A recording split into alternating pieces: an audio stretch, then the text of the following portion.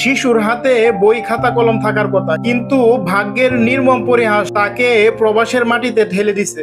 আপনারা এই ছেলেটার মুখের দিকে একবার তাকান, চেহারাটা দেখলেই মনে হবে সে এখনো বাচ্চা ছেলে। প্রবাসের মাটিতে কাজ করার জন্য এখনো পর্যাপ্ত পরিমাণ বয়স তার হয় নাই, কিন্তু দারিদ্রতার কারণে মা বাবা এই ছোট্ট শিশুটাকে সৌদি আরব পাঠাইয়া দিছেন।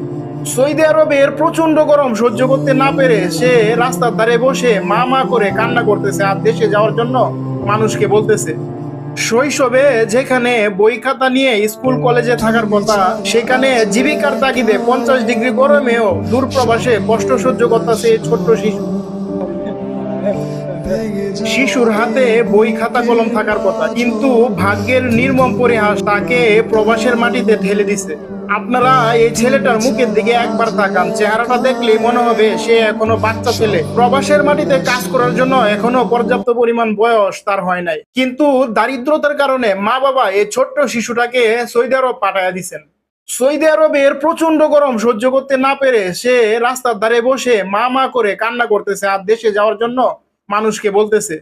শৈশবে যেখানে বই খাতা নিয়ে স্কুল কলেজে থাকার কথা, সেখানে জীবিকার তাগিদে 50 ডিগ্রি গরমেও দূর প্রবাসে কষ্ট সহ্য করতেছে এই ছোট্ট শিশু।